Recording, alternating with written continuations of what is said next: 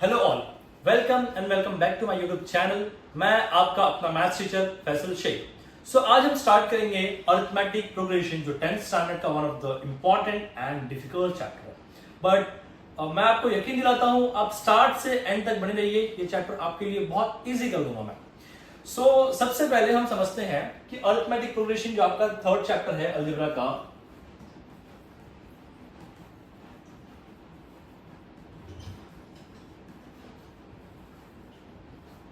जो आपका अलजेब्रा का थर्ड चैप्टर है, इसका वेटेज है अराउंड 7 to 9 मार्क्स और ये बहुत one of the important chapter आता है अलजेब्रा का, जिसमें से आपको 3 मार्क्स और 4 मार्क्स के क्वेश्चंस बहुत फ्रीक्वेंटली देखने मिलते हैं बोर्ड्स में। सबसे पहले हम समझते हैं अरिथमेटिक प्रोग्रेशन है क्या। तो सबसे पहले नाम का मतलब समझते हैं, प्रोग्रेशन, प्रोग्रेस होना। Progress means what? Progress means growth. Progress means growth. अच्छा, ग्रोथ मतलब क्या होता है? अगर मैंने बोला एग्जांपल के तौर पे 2 के बाद 4 के बाद 6, तो ये ग्रोथ हो रहा है ना, नंबर्स एक इंक्रीजिंग ऑर्डर में बढ़ रहे हैं। 6 के बाद 8 के बाद 10 के बाद 12, तो ये क्या है? बेसिकली ये है ग्रोथ। ये क्या है? ग्रोथ। अच्छा, एक रैंडम एग्जांपल और देता हूं, 1 3 10 12, ये भी तो ग्रोथ है। अच्छा, अगर मैं बोलूं 10 8 5 1 -5 -9, क्या ये ग्रोथ है? यस, ये भी ग्रोथ है। यहां पे ये ग्रोथ नेगेटिव टर्म्स में गया है, मतलब डिक्रीजिंग ऑर्डर में ग्रोथ है, और ये ग्रोथ क्या है? Increasing order. ग्रोथ का मतलब हमेशा ये नहीं होता कि वो इंक्रीजिंग हो, वो डिक्रीजिंग भी हो सकता है। Got it? ओके, अरिथमेटिक क्या होता है? Arithmetic means growth in a simple term में अगर आपको मैं समझाऊं तो अरिथमेटिक मतलब क्या होता है? Arithmetic means growth in a specific pattern. Specific pattern, growth in a specific pattern, simple term में समझे तो। अच्छा, पैटर्न मींस व्हाट? जैसे कि अगर मैं लिखा 1 3 5 7, अब आप बोलोगे, मैं अगर आपको पूछूंगा कि 1 3 5 7 के बाद नेक्स्ट नंबर क्या होगा, आप बता सकते हो कि सर 9 होगा। ओके, 9 के बाद क्या होगा? आप बोलोगे 11 होगा। 11 के बाद क्या होगा? 13 होगा। आप सो ऑन कंटिन्यू करते जाओगे करते जाओगे करते जाओगे। बट अगर मैं आपको यहां पे बोलूं 1 3 10 14 18 डॉट डॉट डॉट, अब आप बताइए 18 के बाद क्या होगा? आप नहीं बता सकते। रीजन क्या है? बहुत सिंपल है कि यहाँ पे कोई पैटर्न नहीं है, यहाँ पे कोई पैटर्न नहीं। यहाँ पे 2 डिफरेंस हो गया, यहाँ पे 7 हो गया, यहाँ पे 4 हो गया, अगेन 4 हो गया। कोई स्पेसिफिक पैटर्न है क्या? नहीं है। बट यहाँ पे अगर आप देखेंगे, हर टर्म के बीच में 2 का डिफरेंस है। हर दूसरे टर्म के बीच में कितना डिफरेंस है? 2 का, जिसकी वजह से हमें अगला टर्म आइडेंटिफाई करना बहुत इजी हो गया। अरिथमेटिक प्रोग्रेशन कब होगा? ये सारे प्रोग्रेशन है, बट अरिथमेटिक उसमें से सिर्फ ये है। क्यों? क्योंकि इनमें, इनके ग्रोथ में एक पैटर्न है, इनका डिफरेंस क्या है? सेम है। आई होप आपको समझ में आ गया है कि अरिथमेटिक प्रोग्रेशन क्या होता है। आई बिलीव आपको आ चुका है। अब हम आगे बढ़ते हैं, कुछ इंपॉर्टेंट चीजें। सबसे पहले हम सीखेंगे कि भाई चेक कैसे किया जाए कि ये कोई भी सीक्वेंस एपी होगा कि नहीं। सबसे पहला टॉपिक है हमारा कि आइडेंटिफाई करना which of the sequence is arithmetic and which one is not. कुछ क्वेश्चंस हम ले लेते हैं एग्जांपल के तौर पे। जैसे कि मैंने लिखा 1 3 5 एंड 9 एंड सो ऑन।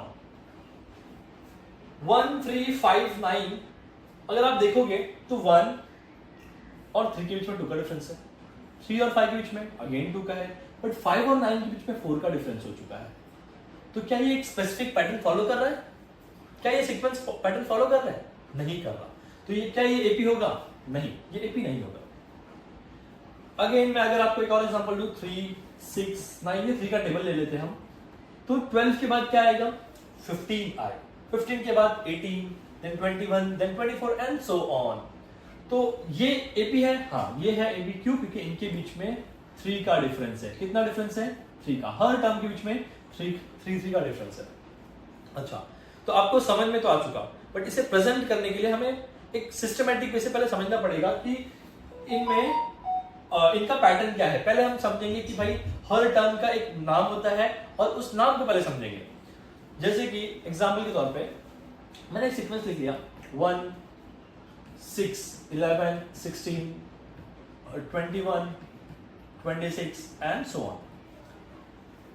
अब 1 क्या है हमारा? 1 है हमारा फर्स्ट टर्म। फर्स्ट टर्म क्यों? क्योंकि फर्स्ट पोजीशन पे है, first term.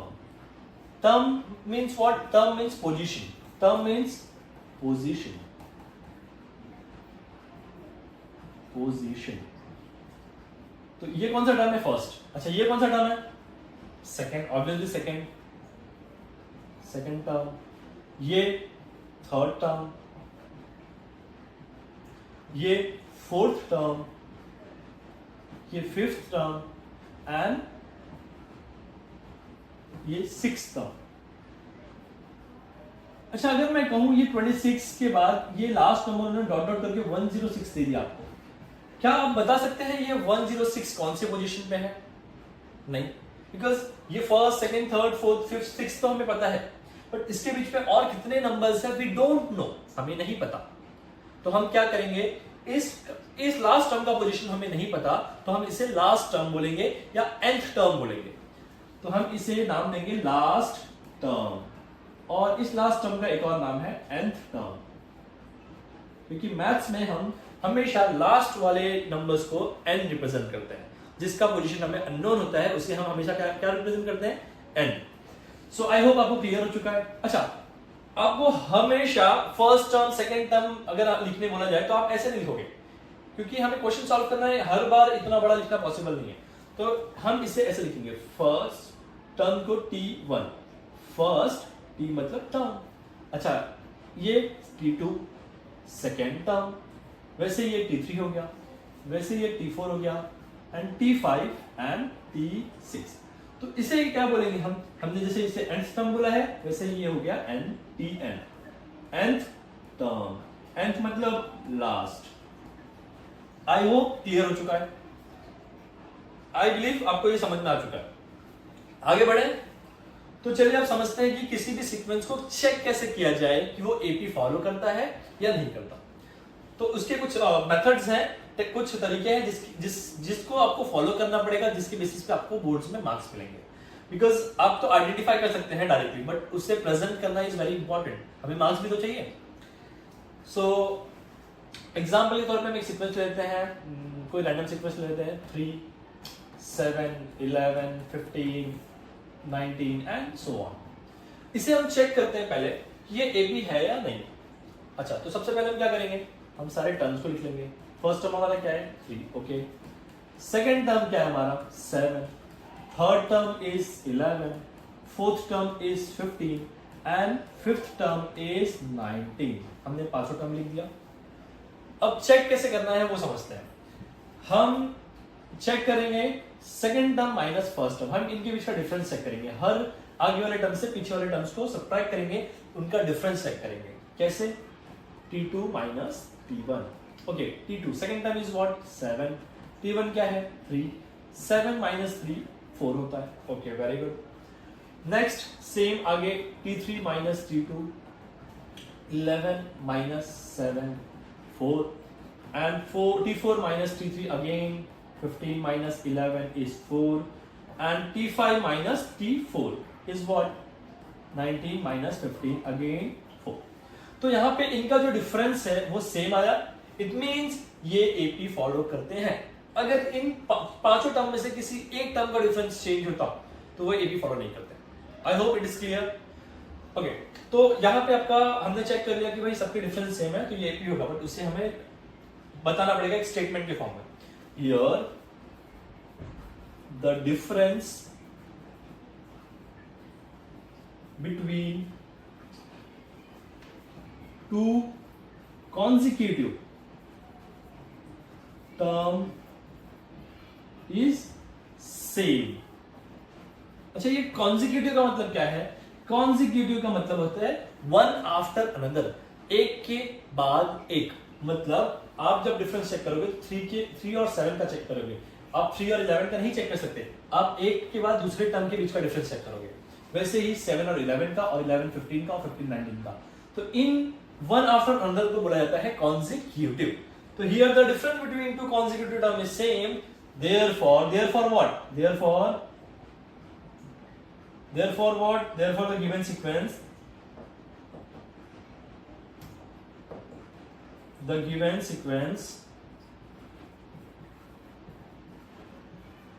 Is in AP। I hope आपको समझ में आ चुका है। अब आप कोई भी क्वेश्चन आपको दे दिया जाए आप इजीली सॉल्व कर सकते हो। तो हमने थर्ड चैप्टर का क्वेश्चन नंबर 1 कंप्लीट कर दिया। ओके, तो पॉज करो, बंद मत करना। ओके, सो आई होप आपको समझ में आ चुका है कि किसी भी सीक्वेंस को कैसे चेक किया जाए कि वो AP फॉलो करता है या नहीं करता। तो कुछ क्वेश्चन जो बच्चों को बहुत डिफिकल्ट जाते हैं, सो डिस्कस कर लेते हैं हम जरा। जैसे कि क्वेश्चन नंबर 2। इस क्वेश्चन में यहाँ पे आप देखना, आपकी जो पुरानी टेक्स्ट बुक होगी उसमें करेक्शंस है बेटा। यहाँ पे 7/3 की जगह 7/2 करना आपको। ओके, सो क्वेश्चन नंबर 2 में क्वेश्चन क्या आपका 2 5/2 3 7/2। वैसे क्वेश्चन बहुत इजी है, बट बच्चों को क्यों डिफिकल्ट जाता है? बिकॉज उन्हें रैशनल नंबर के साथ ऑपरेशंस नहीं आते, ना प्लस ना माइनस, वो नहीं आता। तो बेसिक्स में प्रॉब्लम होने की वजह से यहाँ उन्हें डिफिकल्टी होती है। बट डोंट वरी, मैं आपको अगर नहीं भी आता तो सिखा दूंगा, डोंट वरी। सो स्टार्ट करते हैं। सबसे पहले हम टर्म लिख लेते हैं सारे। हमारा फर्स्ट टर्म है 2, सेकेंड टर्म है 5/2 एंड थर्ड टर्म है 3 एंड फोर्थ टर्म इज 7/2। सो कैसे स्टार्ट करना, you know very well. T2 minus T1, second term minus first term. Second term is 5/2 minus 2. So यहाँ पे अगर आपको नहीं आता ये सॉल्व करने, तो एक चीज बहुत सिंपल याद रखो कि रैशनल नंबर है, ये सेकंड नंबर रैशनल नहीं है, तो उसे हम बना लेंगे डिनोमिनेटर में 1 देके। अब हम क्या करेंगे, basic maths, cross multiply 1 2 and बाद में आपस में। तो बेसिकली एक स्माइली रूल, मैं इसे स्माइली रूल बोलता हूँ बिकॉज वो एक स्माइली की फेस जैसा दिखता है। क्रॉस क्रॉस एंड ये स्माइल। सो आई होप आपको समझ में आ चुका है। तो स्टार्ट करते हैं। 5 1s are 5 cross, 2 2s are -4 and 2 1s are 2। 5 minus 4 is what? 1/2। I hope समझ में आ चुका। Okay, so again same way T3 minus T2 करते हैं। T3 is what? T3 is 3 and T2 is 5/2। यहाँ पे डिनोमिनेटर में कुछ नहीं है तो 1 डालते हैं and again same way 3 2s are 6, 5 1s are 5 and 2 1s are 2। 6 minus 5 simple 1 and denominator में 2 as it is। I hope आपको समझ में आ चुका है। Next the final one is T4 minus T3। T4 is what? 7/2 minus T3 is what? 3 and denominator में कुछ नहीं है तो 1। चलो स्टार्ट करते हैं। 7 1s are 7, 3 2s are 6 and 2 1s are 2। 7 minus 6 is 1 and upon 2। I hope it is clear। So difference same आया? हाँ, same आया difference। So ये AP होगा कि नहीं होगा? हाँ, same statement। Here the difference between two consecutive numbers is same, therefore the given sequence is in AP। Here the difference between two consecutive term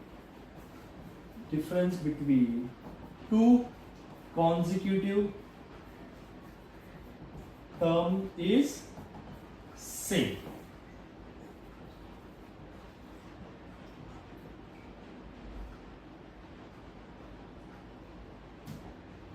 Therefore the given sequence is in AP। I hope clear है, बहुत easy था ये। Again बच्चों को एक और question बहुत difficult जाता है। ये क्वेश्चन बहुत डिफिकल्ट, बच्चे तो ये क्वेश्चन देख के उनको लगता है भाई कौन से स्टैंडर्ड का पूछ ले हमसे, बट डोंट वरी, बहुत इजी क्वेश्चन है। अगेन बेसिक अगर आपको आता है, अगर आपको पता है कि रूट के क्वेश्चंस को अगर आपने रियल नंबर लाइन में पढ़ा था तो आपको ये बहुत इजी जाएगा। नहीं भी पढ़ा था तो डोंट वरी, मैं हूं ना। स्टार्ट करते हैं। तो अगेन सबसे पहले हम फर्स्ट टर्म लिखते हैं, second term,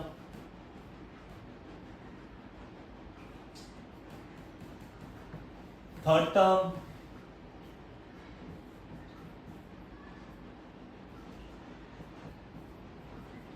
and fourth last term is 3√4। उसके बाद और भी टर्म्स है बट हमें इतना ही चेक करना है। सो सबसे पहले सेम अगेन वही पे हमने फॉलो करना है। T2 minus T1। T2 क्या है हमारा? T2 हमारा है 3 + √2 एंड T1 क्या है? 3। अच्छा, +3 इसका भी कुछ नहीं, मतलब प्लस है और ये -3 कैंसिल, क्या बचा? √2। अब √2 कुछ होगा नहीं, कोई ऑपरेशन नहीं होगा बिकॉज वो अकेला नंबर है। आई होप आपको समझ में आ चुका है। Next T3 minus T2. T3 क्या है बच्चों? Okay, T3 is 3 plus 2 root 2. मैं इसको ब्रैकेट में डाल रहा हूँ, ये बहुत इंपॉर्टेंट है। ब्रैकेट में क्यों डाल रहा हूँ वो समझा। माइनस T2 क्या है? T2 है हमारा 3 plus root 2. यहाँ पे दो टर्म्स हैं इसलिए मैंने ब्रैकेट डाला। यहाँ आप बोलेंगे सर ऊपर आपने क्यों डाला? बिकॉज ऊपर एक सिंगल टर्म था तो इसलिए सिंगल टर्म में ब्रैकेट डालने की जरूरत नहीं है। बट यहाँ पे दो टर्म्स है और बीच में उसके माइनस का साइन है, तो माइनस के साइन के साथ बहुत ज्यादा आप केयरफुल रहा करो, बिकॉज ब्रैकेट अगर आप नहीं डालोगे तो ये माइनस से 3 को जाएगा और आपका पूरा क्वेश्चन रॉन्ग हो जाएगा। Got it? सो आगे चलते हैं। पहले हम ब्रैकेट ओपन करेंगे। ब्रैकेट कैसे ओपन करेंगे? इसमें तो कोई दिक्कत नहीं है, एज इट इज हम लिख देंगे।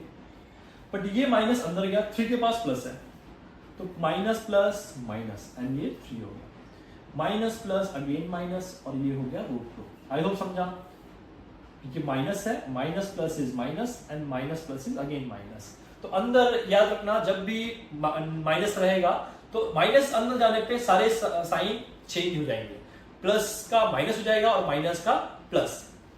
तो अब समझते हैं, सेम +3 - 3 कैंसिल। अब यहाँ पे बच्चों को डिफिकल्ट हो, सर ये इसका क्या करें, ये रूट बहुत दिक्कत देता है, तो टेंशन ना लो, बहुत सिंपल है। यहाँ पे क्या है 2√2 और यहाँ पे क्या है -√2, इसके आगे कोई नंबर नहीं है, हम अज्यूम करेंगे कोई नंबर नहीं है तो 1 होगा। अच्छा, तो √2 का क्या करें सर, रूट आ जाता ना बहुत दिक्कत हो जाती है, तो डोंट वरी, आप अपना रूट को ना अज्यूम करो एप्पल। ये मेरा एप्पल थ्योरी है, बहुत मजा आएगा लिखना। रूट को अज्यूम करो एप्पल, तो ये हो गया 2 Apple minus Apple, 2 Apple minus Apple, क्या बचा? एप्पल, 1 एप्पल, तो ये हो गया हमारा Apple is what √2। I hope simple था। सेम लास्ट वाला भी बचा है। अब आप बताओगे मुझे, मैंने आपको चीजें बहुत सिंपल करके दे दी। Now you tell me T4 minus T3, चलो T4 क्या है हमारा इसमें 3 + 3√2 माइनस T3 क्या है हमारा 3 + 2√2। ब्रैकेट ओपन करेंगे, ओके सही बोला आपने। अच्छा, ब्रैकेट ओपन करेंगे तो अंदर साइन क्या होगा, साइन चेंज हो जाएगा, बहुत बढ़िया। तो 3 का साइन हो गया -3 एंड +2√2 का -2√2, -3 + 3 cancel, 3 Apple minus 2 Apple, 3 Apple minus 2 Apple, basically ये √2 है बट हमने अज्यूम किया था last time √2 is what Apple, तो 3 Apple minus 2 Apple is what again Apple. Same आया, सेम आया। It means what, the given here the difference between two consecutive term is same, therefore okay, so I hope आपको ये समझ में आ चुका है। हमने क्या किया, सीक्वेंस को चेक भी कर लिया कि एपी है कि नहीं, हमें पता भी चल गया, फॉर्मेट भी समझ में आ चुका। अब क्वेश्चन नंबर 1 हमने कंप्लीट कर लिया।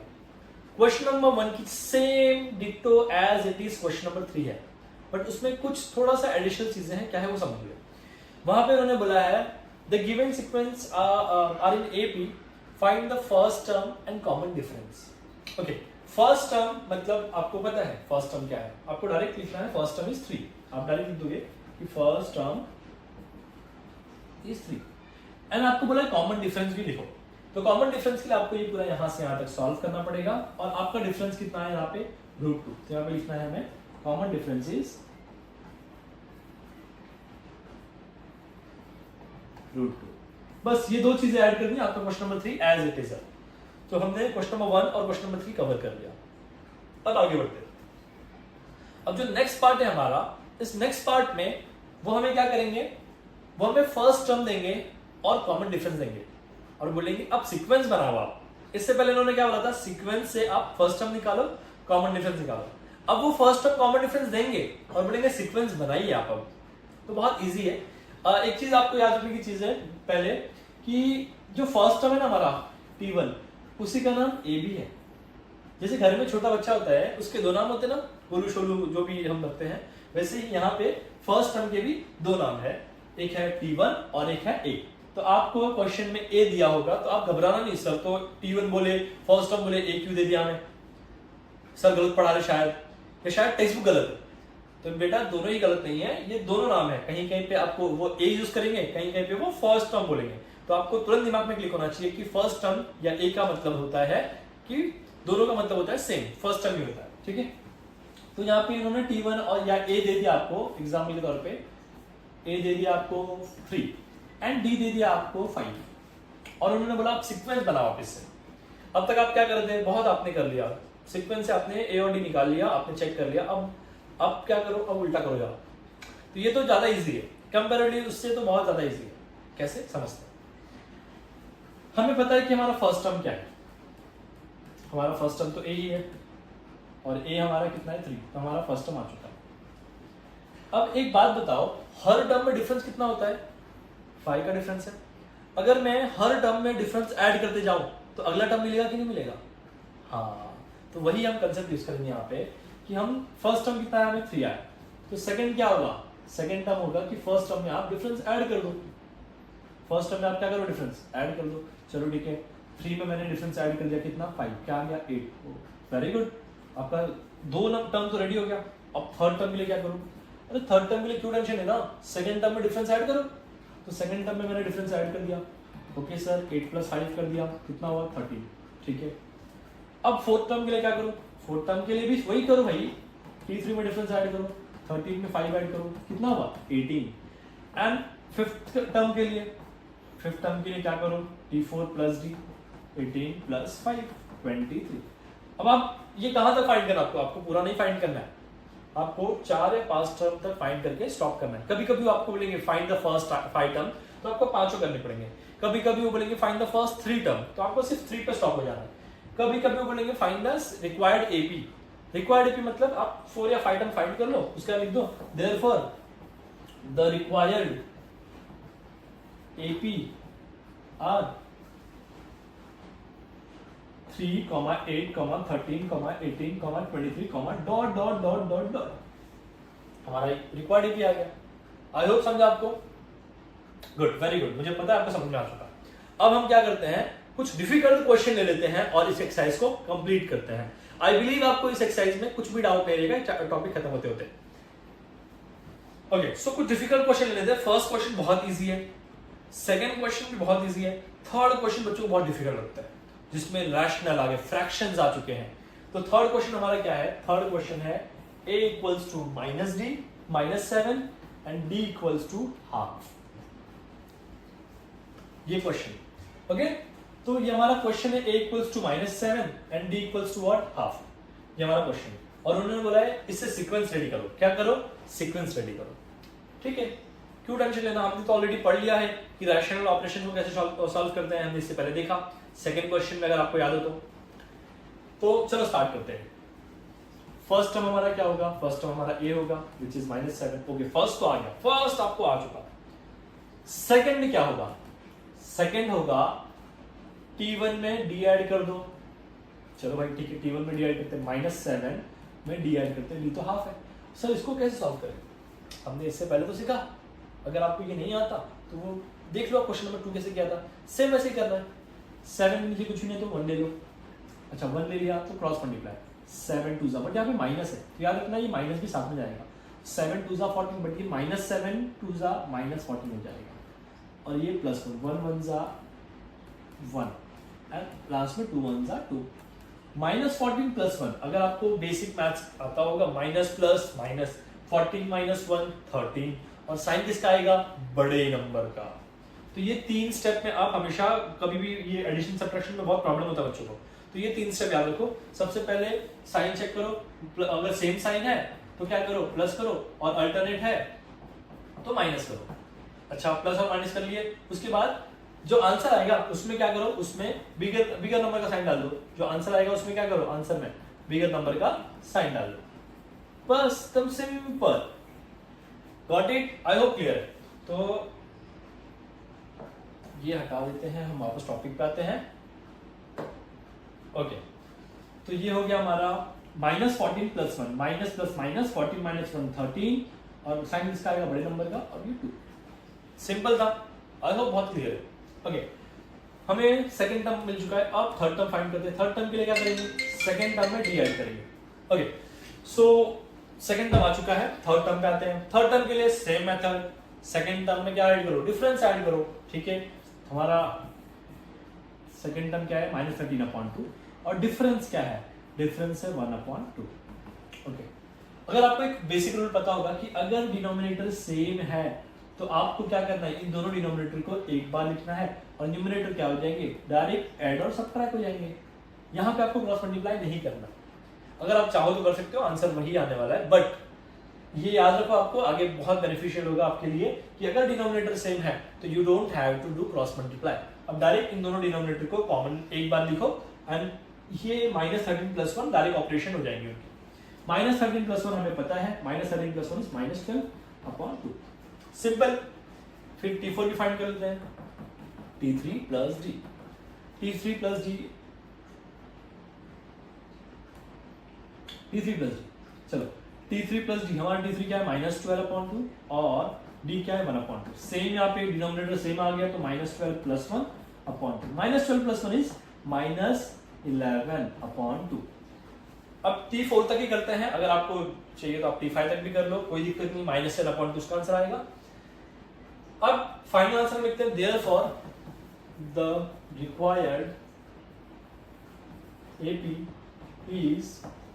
is what, हमारा -7 से स्टार्ट होता है, -7, -13/2, -12/2, -11/2। अब कुछ बच्चे क्या करते हैं, इसको डिवाइड कर देते हैं और बोलते हैं सर पीछे आंसर कुछ और आ रहा है, हमारा कुछ और आ रहा है, तो आप चलेगा, इसको डिवाइड भी करोगे, -6 भी लिखोगे इसी जगह पे, तो भी आपका आंसर राइट है, आपको डरना नहीं है। Got it? I hope it is clear. अच्छा, और कोई डिफिकल्ट क्वेश्चन है? एक और क्वेश्चन कर लेता हूं मैं, थोड़ा डिफिकल्ट जाता है बच्चों को। क्वेश्चन नंबर 4 कर लेते हैं। क्वेश्चन नंबर 4 भी बहुत डिफिकल्ट जाता है। तो क्वेश्चन नंबर 4 में उन्होंने क्या बोला है, ए जो है हमारा -1.25 एंड जो डी है हमारा वो है 3। अब इस क्वेश्चन में वैसे तो बहुत इजी क्वेश्चन है, लेकिन हम प्रॉब्लम क्या है, हमने ना इसमें डेसिमल लेके ना हम थोड़ा डर जाते हैं और हमें समझ में नहीं आता कि करना क्या है। तो बेसिकली ये डेसिमल की वजह से आप डरो नहीं, मैं आपको बहुत बेसिक सी चीज बताऊंगा, डोंट वरी। स्टार्ट करते हैं। सबसे पहले T1 हमारा फर्स्ट टर्म तो रेडी है, फर्स्ट टर्म आपका -1.25 ही आ गया। सेकंड टर्म क्या होगा, सेकंड टर्म हमको पता है, फर्स्ट टर्म में डिफरेंस ऐड करो, सेकंड टर्म आ गया। फर्स्ट टर्म मतलब -1.25, डिफरेंस क्या है हमारा, डिफरेंस है 3। अच्छा, अब इससे बहुत लोग गलत करते हैं, माइनस, इसे सब्ट्रैक्ट करना बहुत इजी है, बट बहुत बच्चे क्या करते हैं, 3 में से 5 माइनस कर देंगे, कुछ ऐसा कर देते हो, पता नहीं कौन सा मैथ्स पढ़े उन्होंने, वो डायरेक्ट ऐसा माइनस करते हैं, फिर उसका आंसर 122 लिख देते हैं। तो ये सब नहीं करना बेटा, नहीं आता, मैं सिखा रहा हूं, डोंट वरी। हमेशा याद रखो कि जो डेसिमल है, ठीक है, हमेशा याद रखो कि जो डेसिमल है, डेसिमल के बाद के नंबर डेसिमल के बाद ही सॉल्व होंगे। जैसे कि 3 के पास डेसिमल है क्या, नहीं, अगर नहीं तो हम ले लेते हैं, काम करते हैं 3.00 ले लेते हैं, ठीक है। अब इसे सॉल्व करते हैं, कैसे सॉल्व करेंगे, बड़ा कौन है 3, तो हमने क्या किया 3.00 ले लिया, छोटा कौन है 1.25, क्या करना है, माइनस करना है, ठीक है।